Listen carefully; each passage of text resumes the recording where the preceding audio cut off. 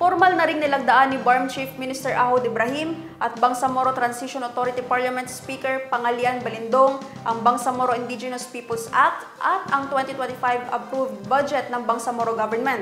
Inaprubahan ng BTA Parliament sa third and final reading ang panukala sa ginanap na special session ng BTA araw na Martes.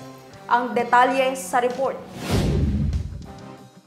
Nilagdaan na ni BARM Chief Minister Ahod Ibrahim at Bangsamoro Transition Authority Parliament Speaker Pangalian Balindong ang Bangsamoro Indigenous Peoples Act at ang 2025 approved budget ng Bangsamoro Government. Inaprubahan ng BTA Parliament sa third and final reading ang dalawang panukala sa ginanap na special session ng BTA araw ng Martes.